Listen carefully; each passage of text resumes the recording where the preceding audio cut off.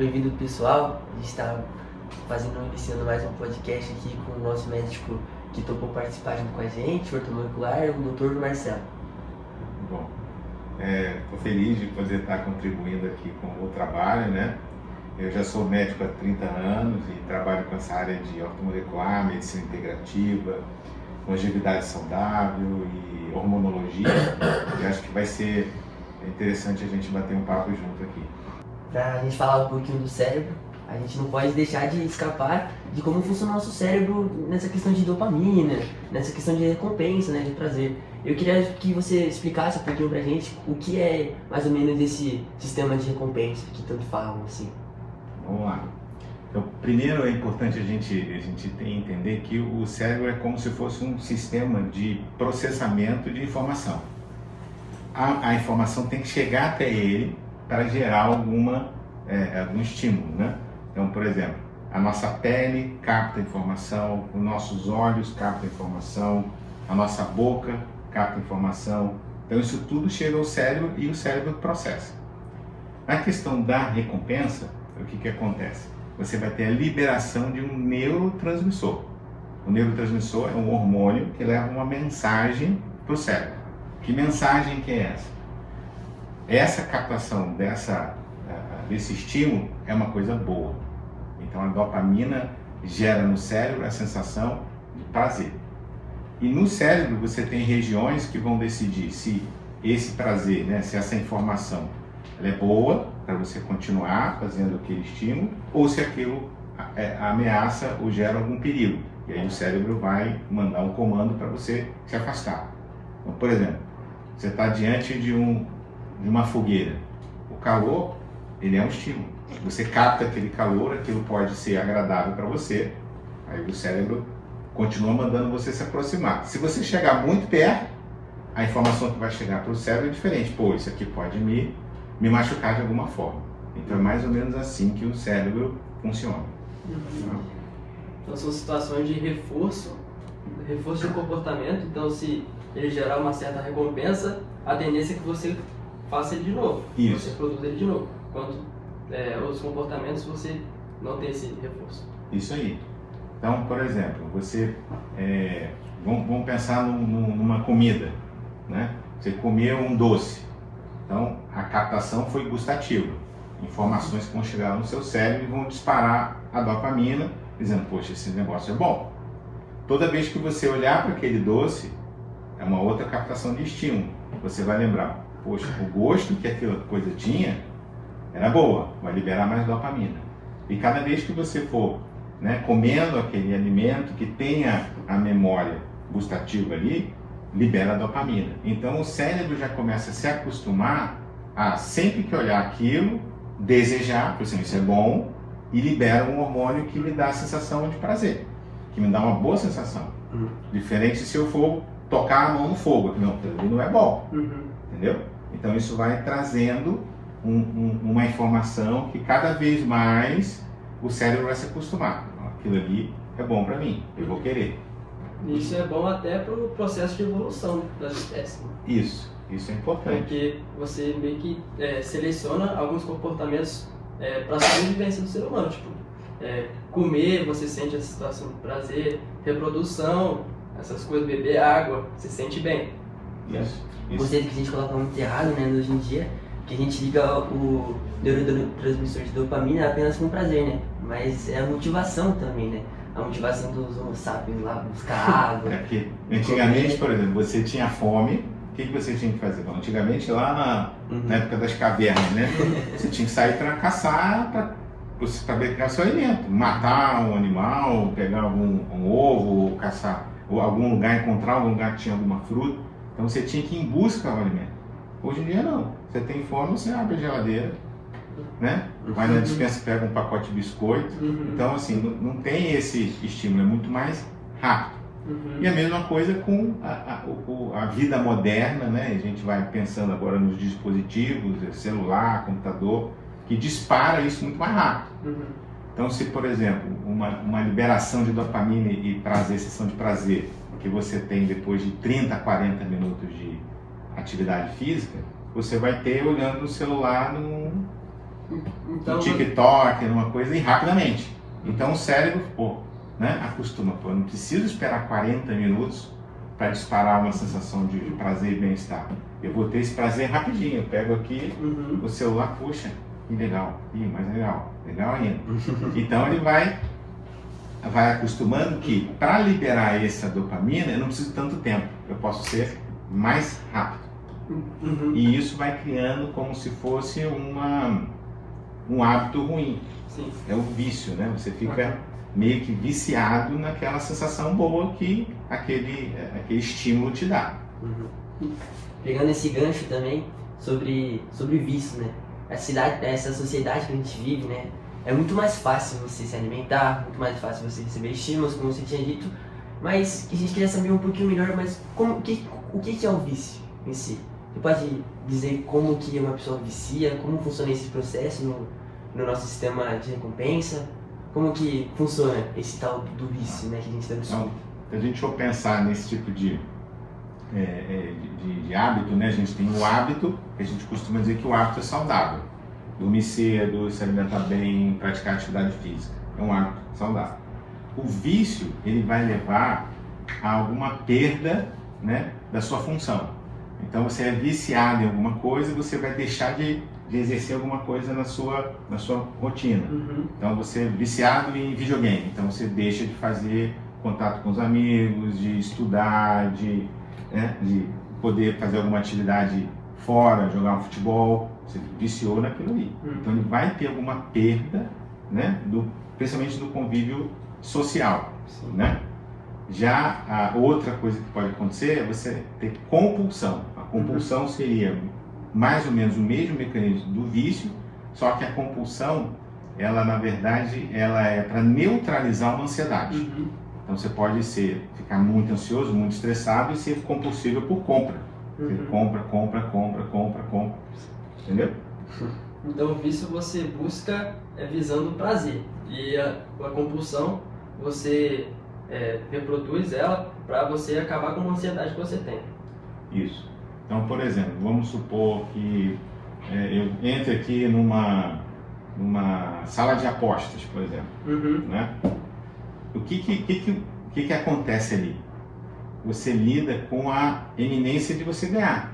Claro que a gente chama até de jogo de azar. Porque a gente sabe que a maioria não ganha. Mas só de você gerar a dopamina e os neurotransmissores que geram a possibilidade de você ganhar, isso te gera uma sensação de excitação. E o cérebro fica meio que acostumado com isso. Então ele quer.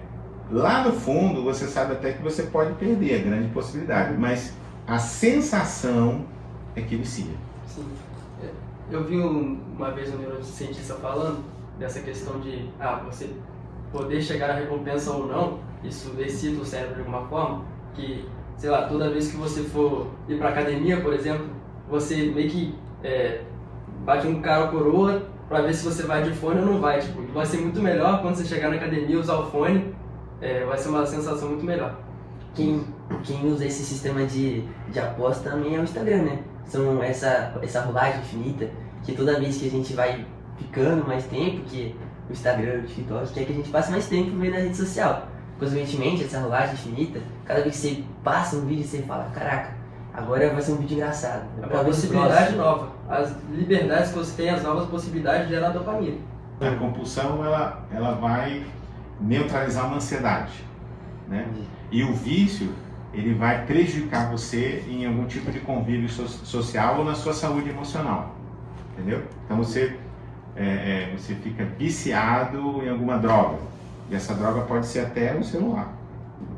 Hoje a gente vê, né, pessoas que não conseguem viver sem estar com o celular do lado, porque aquilo é como se fosse um prolongamento do próprio corpo, né? Então, tipo, tá tudo aqui. Se ficar sem, já dá ansiedade, porque ele acostumou com esse dispositivo que gera a dopamina rápida. E esses sistemas de inteligência artificial, de algoritmo, tudo vai gerar informações que são importantes para você, que são relevantes para você. Então, eles vão captando essas informações e vão disparar assuntos que para você são importantes e você vai consumindo aquilo e cada vez mais você vai querer consumir mais, porque tem uma certa essa dependência cria uma certa, como é que se diz? O cérebro fica acostumado, então cada vez ele vai querer um pouco mais. Cria novas conexões neurais para meio que ficar bom naquele comportamento. É neuroplasticidade, né? É isso aí. Ele vai reaprendendo novos caminhos. Tá. Agora a gente vai redirecionar mais para o nosso projeto em si, que são vícios digitais, pornografia e jogos de azar. Então, em qual classificação do vício ou compulsão se encaixaria o uso problemático de pornografia e os jogos de azar? Então, em geral, tudo começa com a compulsão. Né? Na verdade, você busca o jogo de azar ou busca um site de pornografia porque você quer melhorar o estresse, a ansiedade. Aquilo vai gerar distúrbios, né? Vai gerar uma série de liberação de dopamina e o seu cérebro vai começar a acostumar que sempre que ele tem aquela informação, aquela visão, ou entrou naquele site, ou fez aquela aposta, ele vai ter um disparo de adrenalina. Então você começa a ter um reflexo repetitivo e vai gerando uma reação positiva. Então ele gosta daquela sensação. Então, quem faz isso é a liberação de dopamina. E aí o que acontece? Como você cria essa dependência e acostuma com essa quantidade, cada vez você vai querer um pouco mais. E as vias mais lentas, né, por isso que o vício ele prejudica a vida social, você vai começar a deixar de buscar nas outras rotinas, atividade física, alimentação saudável, o convívio social, que geram também dopamina, mas que demoram mais. Então você começa a se acostumar com vias rápidas, né? No caso da pornografia, isso pode gerar distúrbios, por exemplo, de relacionamento. Sim. Então você busca o prazer ali rápido.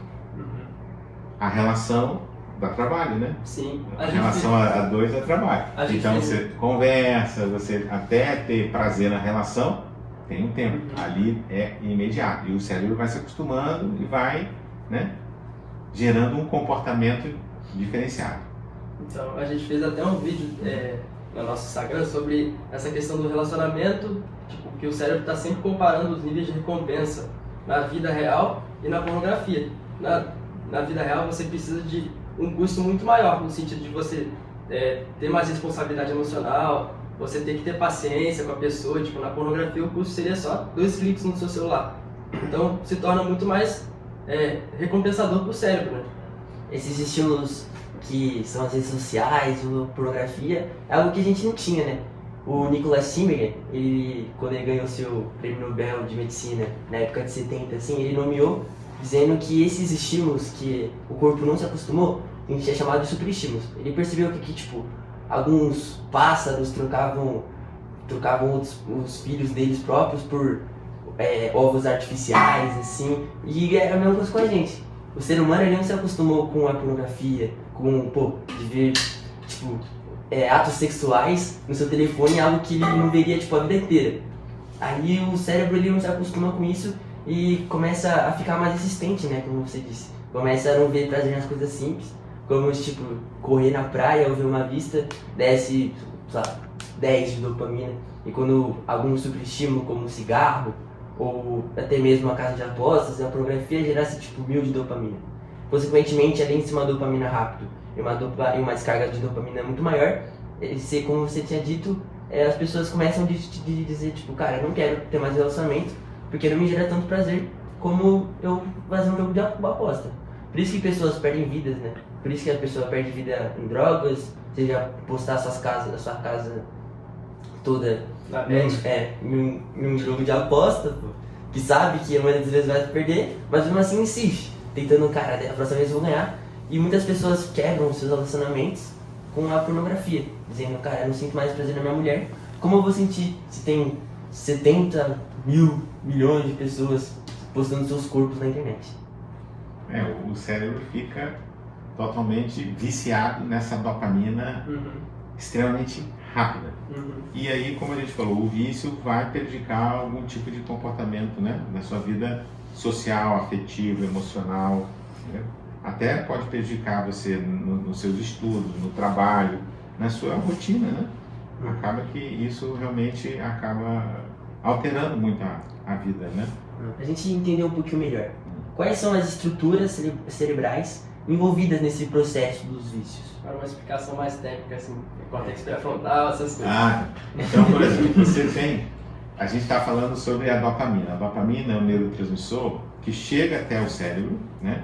E nessa produção, a gente tem um órgão muito importante que é o intestino. Então, na verdade, você precisa digerir a proteína, gerar um aminoácido, né? Que é a tirosina, e a tirosina é metabolizada para formar a dopamina. Então, isso chega até o cérebro, tem algumas vias, e a dopamina ela interage com um receptor específico, né? Você tem uma área de controle, que é o córtex pré-frontal, exatamente através dessa centralização que o cérebro decide se ele vai repetir, se ele não vai, através desse cérebro aí. E o córtex pré-frontal, ele interage com um sistema chamado sistema límbico, que é o sistema onde você concentra as informações emocionais, é onde estão as suas emoções. Então, chega através do núcleo, né, que é o accumbens, vai por uma via de neurônios, né, ventrais, que chama, e chega até o córtex pré-frontal. Dali, o cérebro emite a sentença, né? Vou fazer, vou apostar, não vou, entendeu? Assim que vai chegando a dopamina e ali você vai gerando esse estímulo de repetição, de recompensa. A gente estava fazendo um estudo também sobre como o capitalismo molda nossas atitudes, né, nossos vícios. E tem um conceito chamado capitalismo límbico, que ele faz referência ao sistema límbico, você acabou de citar, que é um processo onde grandes indústrias utilizam de estímulos, superestímulos assim, artificiais para o consumo maior, como a rolagem infinita, ou os tantos vídeos assim, de pornografia, fazendo criar vícios, assim gerando esses estímulos artificiais, gerando cada vez mais o consumo dessas grandes indústrias. Sim, por exemplo, o vermelho e o amarelo são as cores que mais dão estímulo, mais impacto no nosso cérebro. E você vai ver redes de fast food que são, né, vermelho e amarelo. Às vezes você não está nem com fome, mas você vê aquele vermelho e amarelo, o seu cérebro fala assim, caraca, é aquela sensação que eu como aquele hambúrguer e disparo. Aí você nem está com fome, mas dá vontade de passar lá e comer alguma coisa. Então, é assim, o cérebro ele tem essa questão de você captar o estímulo e gerar uma resposta. Algo que eu acho muito doideiro, porque esses super estímulos assim acontecem muito rápido, né? Você vê tipo, alguns desenhos hoje em dia, assim, sempre cores muito saturadas, cores que chamam muita atenção. Teve até um estudo que tem um desenho no YouTube, que eu não sei se você conhece, é meio de uma melancia, assim. E ele fez um estudo que, cara, ele pega uma criança que tá vendo o desenho e toda vez que ele desviar o olhar do desenho, ele vai, tipo, o médico, o cientista vê, tipo, caraca, ele vai cortar essa parte. Pra quê? Pra que a criança cada vez mais fique viciada nesse estímulo, nesse vídeo e não tire o olho, né?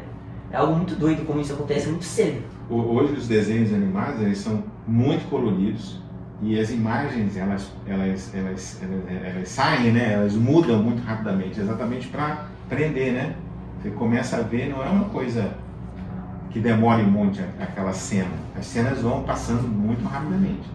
Exatamente para isso aí, para gerar uma dependência. Aí a criança vai ficar ali viciada, né? Porque vai gerar uma dopamina já na questão da televisão, do estímulo. E dali para o celular, mais ou menos o mesmo mecanismo, né? Ela vai ficar ali olhando e vai jogando e vai liberando e vai mudando, né? Você deixa de brincar, deixa de interagir com as outras crianças, acaba que prejudica o desenvolvimento neuromotor, neurológico.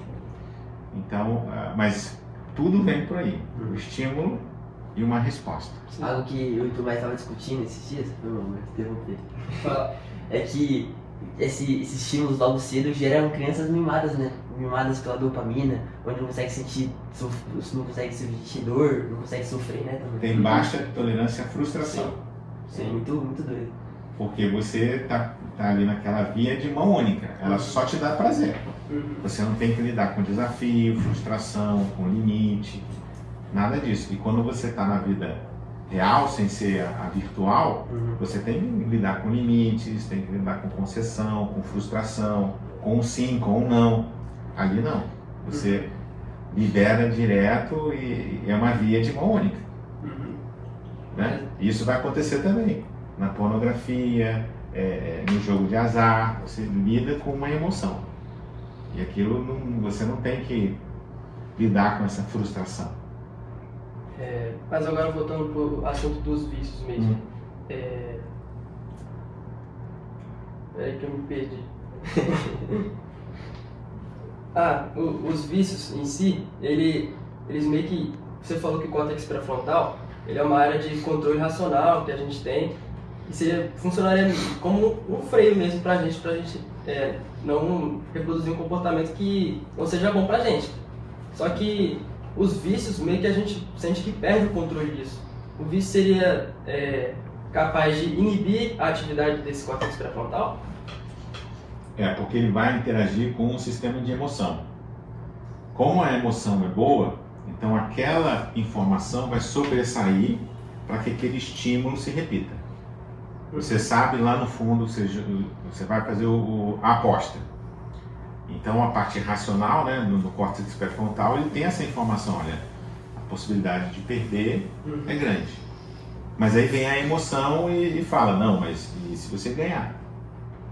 Pode ganhar também. E aí essa emoção liberada pela informação que ele tem pelo disparo da dopamina, acaba que ele fica viciado nesse comportamento. Então eu vou jogar. Ele perde de novo, né? Essa informação vai lá para o sistema emocional. Mas quando ele vai jogar, ele lembra, mas e se eu ganhar?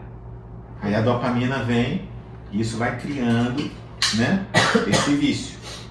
Só, não é nem pela questão do prêmio em si, mas pela sensação que ele tem na iminência de ser premiado, de ganhar a aposta. Na verdade, o cérebro vicia nesse mecanismo. Não importa nem se ele vai ganhar ou se perder. Ele fica viciado na emoção, na adrenalina que dá na possibilidade de ganhar. A melhor é sempre a próxima. E você vê jogos de azar, cassino, por exemplo. Você sempre perde, não tem jeito. A banca sempre ganha. Todo mundo sabe disso. Mas aquele friozinho na barriga que dá, poxa, se eu ganhar, não sei o que, aí você aposta de novo. E o cara fica viciado e vai perdendo a razão. Perde salário, perde empréstimo, vende casa, só por essa sensação de prazer. Tá. Então a gente queria entender agora qual que é o papel da neuroplasticidade nisso tudo. Como que ela ajuda a desenvolver esses vícios, como que as conexões neurais vão concretizar esse vício. Então, o vício ele está estabelecido, né, no cérebro, ele já está jogando lá, ele aprendeu que dá um friozinho na barriga, dá uma sensação boa, ele vai apostar. Então esse é um caminho neuronal. A neuroplasticidade seria uma opção que o cérebro tem de criar uma outra conexão. Mas como a gente falou lá no início, tem que ter um estímulo. Então, um vício é um hábito que pode ser combatido com outro hábito. Então, se eu melhorar minha qualidade de sono, se eu fizer atividade física, isso pode gerar um estímulo para eu também aprender que por esse caminho eu também tenho dopamina. Então você vai ter dois caminhos ali lutando. Então, na verdade, para você se libertar de um vício, você tem que colocar um outro tipo de comportamento junto. E esse comportamento ser estimulado para criar conexões neuronais para liberar aquele neurotransmissor. Entendeu? Isso pode acontecer, por exemplo, quando você tem uma área perdida do cérebro, um derrame, né? Um infarto, aquela região ali morreu. O cérebro vai tentar, por estímulos, né, criar um novo caminho para restabelecer aquela função perdida. Isso é a neuroplasticidade. Sim, mas a gente queria entender também, e nas crianças, porque as crianças, na infância, é o pico de neuroplasticidade que você tem na vida. A criança aprende muito mais rápido do que qualquer ser humano de qualquer idade. Então a gente queria saber como que se influencia no desenvolvimento do vício. a criança é muito mais fácil de se viciar? É porque o pico de desenvolvimento neuronal acontece em torno de 11 a 13 anos. Então, na verdade, o cérebro é o último sistema a amadurecer, a se desenvolver, né? E a capacidade plena do cérebro, os estudos falam que é em torno de 20 a 23 anos, é quando o cérebro está lá no pico. Depois disso a gente vai perdendo, né, neurônios. Então nessa fase de formação é onde você vai criar esses estímulos e esses caminhos neuronais. Então por isso que é importante na criança você gerar estímulos positivos e bloquear os estímulos negativos, porque ela não tem filtro. Ela não sabe o que é bom e o que é ruim. Até por conta da questão do córtex pré-frontal, né? Porque não foi desenvolvido completamente ainda, que é Isso. só Então, dos 25 anos, né? Se a criança vai crescendo, né, 3, 4, 5 anos, sendo exposto, por exemplo, ao celular, ela vai aprender que ali ela tem mais dopamina. E ela vai se desinteressar na escola, para aprender, para brincar, que ali ela não, o cérebro dela não entende que aquilo ali é prazeroso. Entendeu? Entendi. E mais, dizendo um pouquinho mais nessa questão dos vícios, né? Como funciona esse desenvolvimento? Esse desenvolvimento tem uma relevância genética? Vem também do ambiente que você está para gerar mais esse vício? Como que funciona esse desenvolvimento? A gente fala que é multifatorial. Então, o desenvolvimento neuronal na criança, ela vai depender do ambiente que ela vive, o tipo de alimentação, o tipo de estímulo, né? E se ela vive num ambiente que já é um ambiente viciado, a chance dela desenvolver um vício é muito maior. Então o pai e a mãe já têm hábito de pegar o celular, apostar, ter uma rotina muito presa à tela, ela vai estimular aquela criança a também desenvolver isso. A criança chorou, já dá o celular para fazer jogar, para não sei o quê. Isso vai gerando um outro, né, um caminho, um vício na criança, né? Ela vai querer aquilo ali. Ela não vai querer brincar, ela vai querer o celular para poder ficar quieta. Eu estava lendo esses dias que essa questão do ambiente, você ter um acesso maior cria um ambiente propício para você desenvolver um vício.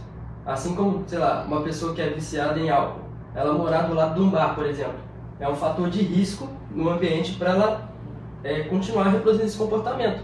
Só que, atualmente, com o celular, você já estabelece um ambiente propício para os vícios, porque você tem um acesso a qualquer tipo de estímulo como pornografia, jogos de azar, na hora que você quiser, com 2 cliques.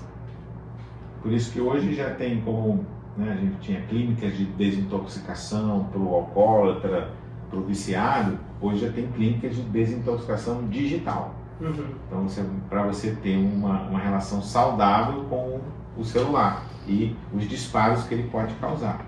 Então, tem pessoas que realmente ficam viciadas e dependentes da tela. Não pode ficar sem. E isso gera uma doença. É uma doença. Mas em questão da genética mesmo, uma pessoa com TDAH ela teria mais propensão a desenvolver algum vício? Então vamos lá. Existem alterações, né, que estão comumente associadas à baixa produção de dopamina. Então, aí entra muita genética. Por quê? Como a gente falou, a dopamina é produzida no intestino e quem controla isso é o tipo de bactéria que hoje a gente tem. Então, hoje a gente sabe que as bactérias no nosso intestino têm um papel fundamental no equilíbrio do nosso organismo. Para você ter uma ideia, né, para cada uma célula que a gente tem, existem 10 bactérias no nosso organismo. Muito mais. É como se, né? E isso é tão novo que até pouco tempo a gente chamava de flora intestinal. Né?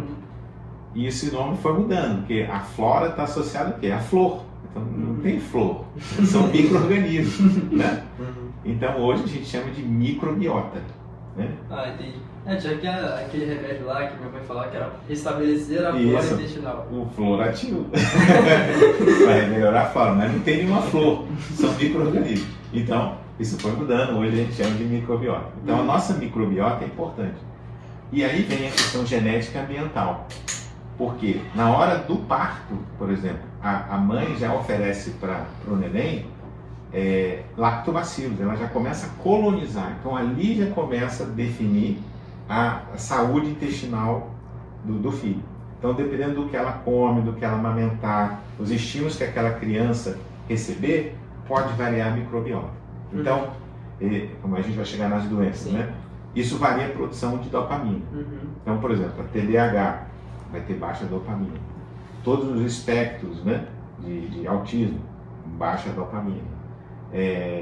Esquizofrenia, Parkinson, baixa dopamina. Sim. Então você vê que você tem doenças que estão relacionadas à baixa produção de dopamina. E tem manifestações diversas porque você tem vias complexas, tem receptores, tem 5 tipos de receptores para dopamina. Então, dependendo do tipo de deficiência do receptor, da produção, você vai desencadear. Sim. Mas na família que você tem TDAH, é mais propício ter TDAH. Entendeu? Pode, por causa da microbiota, da baixa produção de dopamina. É muito complicado lá em casa, porque meu pai, eu tenho certeza que tem TDAH. Aí, tipo, minha mãe fala, mãe, compra isso e isso no mercado. Aí ele fica falando pra eu lembrar, aí eu não lembro, aí no final a gente comprou uma coisa, das 5 coisas que minha mãe pediu. Aí a gente toma um esporro em casa e fica por isso mesmo. Mas é engraçado que essa questão de a gente estar com o próprio telefone incentiva nesse estímulo de vício, que um exemplo é tipo, como o capitalismo sempre está muito intrigado com isso, né, de consumir. O exemplo disso é que, tipo, as bets, como o Tigrinho, como essas outras bets, assim, é muito envolvido com o telefone, porque, tipo, ele não é programado para uma área horizontal, ele é muito vertical, principalmente porque, tipo, os pobres, as pessoas mais desfavorecidas, assim, eles não têm um computador para jogar, eles vão jogar no telefone. É muito interessante como, tipo, os caras pensam, tipo, mano, vamos fazer algo projetado pro telefone, porque assim a probabilidade da pessoa ficar mais viciada vai ser maior. Né? Isso é algo muito doido, que a gente, muitas das vezes, a gente não reflete com essas coisas. A gente vê porque tem doce, assim, na bancada da farmácia, assim, tá lá embaixo, não tá lá em cima, porque, tipo, caraca, é as crianças que pegam os doces e tudo mais. É algo muito, muito doido, como é tudo muito pensado, né? A gente é muito manipulado. Tanto que as classes, né, mais afetadas por isso, do jogo, do consumo, são as classes A e B. Quem tem mais, né, recursos são os que mais estão adoecendo desse processo. Porque também existe o lado por trás capitalista, né? Sempre querendo alguém ganhar alguma coisa Sim. com isso, né? Muito maluco como isso funciona. Mas partindo para a próxima pergunta, quais são as alterações cerebrais causadas a médio e longo prazo no cérebro de um indivíduo viciado em pornografia? Ou bets também. Longo prazo, o que acontece? Como você estimula muito uma via, você vai perdendo conexões de outras vias. Então, por exemplo, memória, foco, atenção, são as principais alterações que acontecem no cérebro viciado. Por quê? Porque ele acostuma com uma via de conexão e disparo cerebral. E ele vai abandonando outras vias. Causa como se fosse uma atrofia. Os neurônios não são estimulados, eles começam a não funcionar. Entendeu? E aí você vai perdendo essa capacidade. Imagina o paciente, né, a pessoa que está viciada isso em 1 ano, 2 anos, 3 anos, 5 anos, é uma droga. Sim. Então isso vai destruindo, algumas áreas do cérebro vão morrendo. Remédios que fazem isso no longo prazo. Né? Um dos remédios mais utilizados hoje para você poder dormir, né, que é um dos mais vendidos no Brasil, causa morte de neurônio, a gente sabe disso. Mas todo mundo, né, continua sendo vendido e usado, tem as indicações, mas a gente sabe que vai causar alteração de memória e morte neuronal. Os vícios, a mesma coisa. Eles vão causar alteração neuronal. Então, foco, atenção, memória são as principais alterações causadas pelo vício. E agora, como você estava falando desse remédio aí, a gente queria também fazer uma pergunta, que é, vou começar falando de um dado aqui e você vai responder de acordo com ele. entre junho de 2023 e maio de 2025, o uso de antidepressivos aumentou 12,4% entre adultos de 29 a 58 anos, segundo dados da Functional Health Tech. Em virtude desse aumento exponencial da prescrição de medicamentos, principalmente antidepressivos, a psiquiatra de Oxford, a Annie Lennox, no seu livro Dopamination, ela defende que, com o passar dos anos, ocorreu uma alteração significativa do papel do médico, que antigamente o médico era mais para fazer você melhorar da sua condição, e hoje o médico está sendo distorcido, essa concepção de médico está sendo distorcida para um profissional para tirar a sua dor, e não para fazer você melhorar. Então, qual a sua opinião sobre esse cenário e como poderíamos fazer uma abordagem psiquiátrica mais eficaz em pacientes com vícios digitais? Por exemplo, a TCC, ao invés de você causar essa hipermedicação das pessoas, você realmente tratar o que ela está acontecendo com elas, entendeu? Acho que queria saber a sua opinião sobre isso. Então vamos lá. Quando a gente fala de antidepressivo, o mecanismo de ação é geralmente uma reutilização daquele neurotransmissor. Então, por que você aumenta muito o consumo do antidepressivo? Porque você vai buscar, por exemplo, aumento da dopamina. Então, você tem antidepressivos que trabalham com aumento de dopamina, entendeu? Como tem outros que trabalham em outros neurotransmissores, né? Como serotonina e noradrenalina. Mas a ideia é, poxa, se eu estou tendo baixo foco, baixa motivação, estou desanimado, vou tomar um remedinho que vai aumentar minha dopamina e eu vou render mais, entendeu? Ou vai aumentar minha noradrenalina e eu vou ficar mais atento. Isso tem muito no meio dos estudos e tal. Por quê? Porque é rápido também, né? E aí o que acontece? Para a gente poder tentar retirar esse tipo de medicamento, de níveis mais altos de dopamina que o cérebro vai sendo submetido, você falou uma coisa bem interessante, é a TCC. É uma forma de você reaprender, né, ao cérebro reaprender um caminho de você disparar, né, a dopamina e identificar gatilho. Então, o que é um gatilho? Eu estou aqui, meu celular tá ali, eu não estou, né? Mas de repente eu fiz assim, abri, vai abrir o quê? Um gatilho. Então isso pode ser um gatilho para eu começar a buscar o quê? Aquele site que eu quero apostar, entendeu? Então, a terapia cognitivo-comportamental, que é a TCC, uma das coisas que ela aborda é a identificação de gatilho. E quando aparece isso, você tem 3 segundos, na verdade, para o seu córtex começar a agir. Ou eu vou em frente. Então, na TCC, você vai aprender recursos para você poder deixar o celular de lado. Então, você tem várias coisas que você pode fazer dentro dessa TCC para aprender isso. Então, a medicação sozinha ela não resolve nada. Tem que ter toda uma terapia por trás para conseguir ter uma eficiência maior. Sim, a medicação sozinha não. Tem a terapia, a parte nutricional, um suporte médico, a atividade física. Então, quando você vai, sono, água. Então, parece coisa assim básica, mas para a gente manter o equilíbrio, né, do nosso cérebro, dos neurônios, a gente precisa disso. Sono, água, alimentação e reaprender a lidar com as emoções. E aí, a TCC é importante nisso aí, sim. Bom, algo interessante sobre o gatilho, né, que a gente estava estudando. A gente estava vendo um estudo de um médico que estava dizendo um pouquinho sobre os ratos, né? Que fez um teste com ratos e tudo mais e colocou um neurotransmissor assim colocou um medidor, né, no neurotransmissor para ver como o eletrodo. Para medir os índices de dopamina, né? É algo muito interessante que captaram assim que o pico de dopamina, né, é antes do ato. Que era o seguinte, o estudo era o cara dava um suquinho pro rato e ele ficava muito alegre. E tipo, toda vez que ele recebia um suquinho, aparecia uma luz verde. E eles começaram a fazer estudos e começaram a ver que, tipo, caraca, o pico de dopamina dele não é quando ele toma o suquinho, é quando ele vê a luzinha. E esses são os gatilhos, né? Isso, porque lá no sistema emocional dele está registrado, ó, aquele suquinho ali é bom. Ele não precisa nem...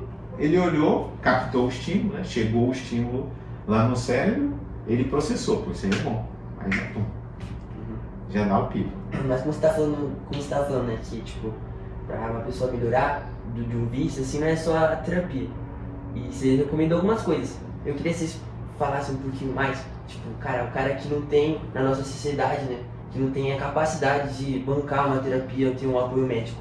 Quais são as principais coisas que ele pode fazer pra mudar essa situação que ele está? Ele tá viciado em pornografia, ele tá viciado em qualquer outro superestímulo e fala, mano, eu não quero ser assim, porque por causa desses gatilhos, né? Mesmo quando a intenção é real de parar, esses gatilhos sempre puxam você de volta sem mesmo você perceber. E quais são as principais atitudes que essas pessoas têm que tomar para sair desse vício, mesmo que não tenha condições de pagar um suporte psiquiátrico, por exemplo? Sim. Então a gente tem que ver assim, um dos maiores problemas que a gente tem quando você vai lidar com o viciado em alguma coisa. A solidão. Ele fica se isolando, ele se isola. Então, para melhorar esse estado, ele precisa o quê? De pessoas junto dele. Então, quem está mais próximo num primeiro momento? A família. Então, o acolhimento familiar é o primeiro passo para ele melhorar. Então, isso é fundamental. É naquele núcleo familiar que vai acontecer o início do processo. Se ele não tem nenhum tipo de recurso, tem alguns órgãos, né, no governo que podem oferecer esse tipo de ajuda para ele, né?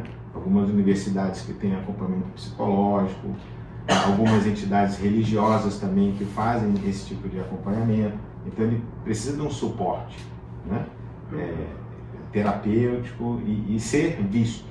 Ele precisa de pessoas próximas. E acaba que o vício digital, né, seja a pornografia, seja o bet, ele vai isolando você, vai tirando você do contato das pessoas. E a verdade, a cura está exatamente no retorno desse contato.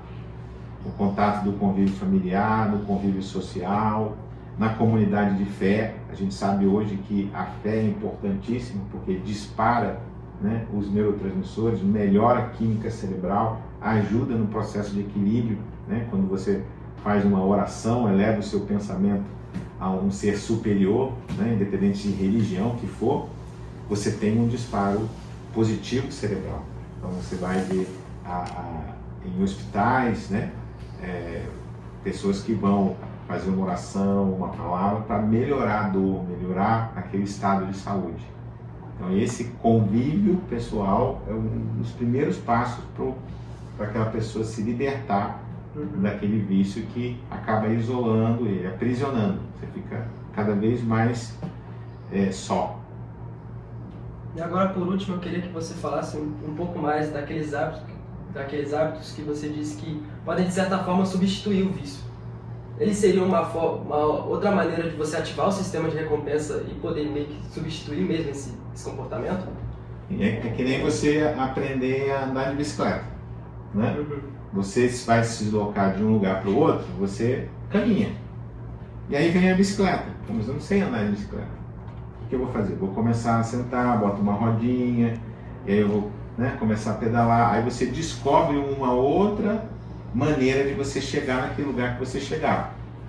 Com o vício e o cérebro é a mesma coisa. O vício dispara aquele caminho, você já está acostumado com aquele caminho, mas você pode adquirir um novo caminho, você reaprender a chegar naquele lugar através de um outro caminho. Então o cérebro também pode desenvolver isso. Para isso acontecer, esse estímulo tem que acontecer. Então, desde o apoio familiar, com hábitos saudáveis, alimentação saudável, sono, se alimentar bem, beber bastante líquido, apoio familiar, medicamento às vezes pode acontecer, né, você precisa medicar, ele vai criando, né, esse novo caminho para se libertar do vício. Tem até a história de um cara na internet, que é o Wesley, que é um neurocientista que eu acompanho muito, que na faculdade ele tinha muito vício em cigarro. E ele acabou meio que substituindo esse vício pelo vício em corrida. E a partir do momento que o cigarro começou a atrapalhar o crescimento dele na corrida, ele parou de usar cigarro. Ele reaprendeu um caminho, né? Veio da bicicleta, só que ele começou a correr. Então, a corrida liberou para ele um prazer, uma satisfação que ele também tinha na outra prática do cigarro. Mas aí ele pôde escolher, poxa, eu posso ter prazer nisso aqui também, né? E aí a vontade de correr, dele se sentir bem, vai trazendo hábitos melhores. Ele vai procurar dormir melhor, vai procurar se alimentar melhor, porque ele quer correr. E a corrida te traz isso, né?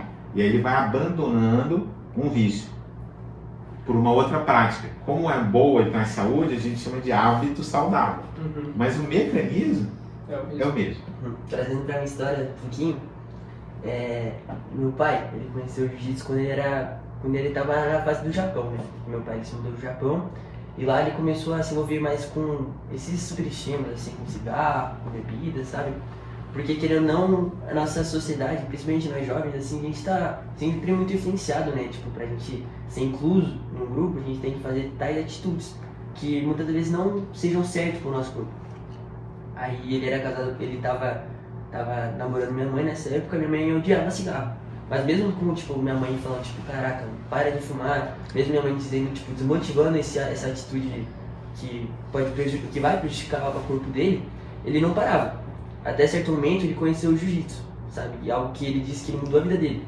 Porque no momento que ele fez jiu-jitsu, ele percebeu, tipo, cara, esse cigarro tá atrapalhando a minha vida, tá atrapalhando agora o esporte que agora que eu tô gostando, e largou. Depois desse momento que ele largou, ele começou a focar mais na saúde, começou a entrar no MMA, no jiu-jitsu, e é algo que, sabe, os esportes em si, não apenas sendo uma atividade física, mas você começar a ver um progresso, você começar a ver um futuro naquela atividade física, isso vai te motivar, gerando motivação, tipo, de, cara, é isso que eu quero, se eu continuar com outras atitudes, mesmo que o pico de dopamina de fumar um cigarro seja maior do que praticar jiu-jitsu, quando você imagina você melhorando, praticando, se aprimorando na arte marcial que você quer, ou qualquer outro esporte, você começa a perceber que, cara, esses super estímulos não me satisfazem mais, sabe? A gente vive uma geração muito de coisas rápidas e que a gente toma atitudes mesmo sem pensar. Pergunta pra um cara que perdeu a guarda das suas filhas por ser drogado por ser drogado em coisas pesadas, sabe? E pergunta pra um alcoólatra se valeu a pena ele perder o casamento dele, pergunta pra um cara que vê pornografia, pergunta pra um cara que apostou toda a sua casa e hoje se encontra sem nada, sabe? A gente tem que começar a entender que a vida não é só flores, né? Que a vida não é daquelas coisas que a gente só quer pra satisfazer o nosso agora, mas a gente tem que ter essa visão de futuro, sabe? É algo que vai me tocando, assim, algo que vai me cada vez mais nos aprimorando, né? A gente entender que essa dopamina rápida, que a gente é cercado disso, não é algo que vai satisfazer a nossa vida, né? Mais uma vez eu queria te agradecer pela essa presença, que é essencial a gente discutir sobre esses assuntos, sobre compulsão e vícios, que muitas das pessoas não têm a informação. Eu acho que através desse podcast, essa informação, você se conscientizar é o primeiro passo para a gente ter uma geração maior, uma geração melhor, certo? Queria te agradecer mais uma vez a sua presença. Obrigado, tio Marcelo. Espero que Espero que a gente tenha ajudado aí, né? De alguma forma contribuir para a gente melhorar aí a qualidade de vida. A ideia é essa, né? Melhorar a qualidade de vida. Bom, Tá bom? Obrigado aí, pessoal. nós somos a Neurobrass. Espero que vocês tenham gostado do nosso podcast e se conscientize sobre as causas dos estímulos atuais. Tchau, gente. Valeu.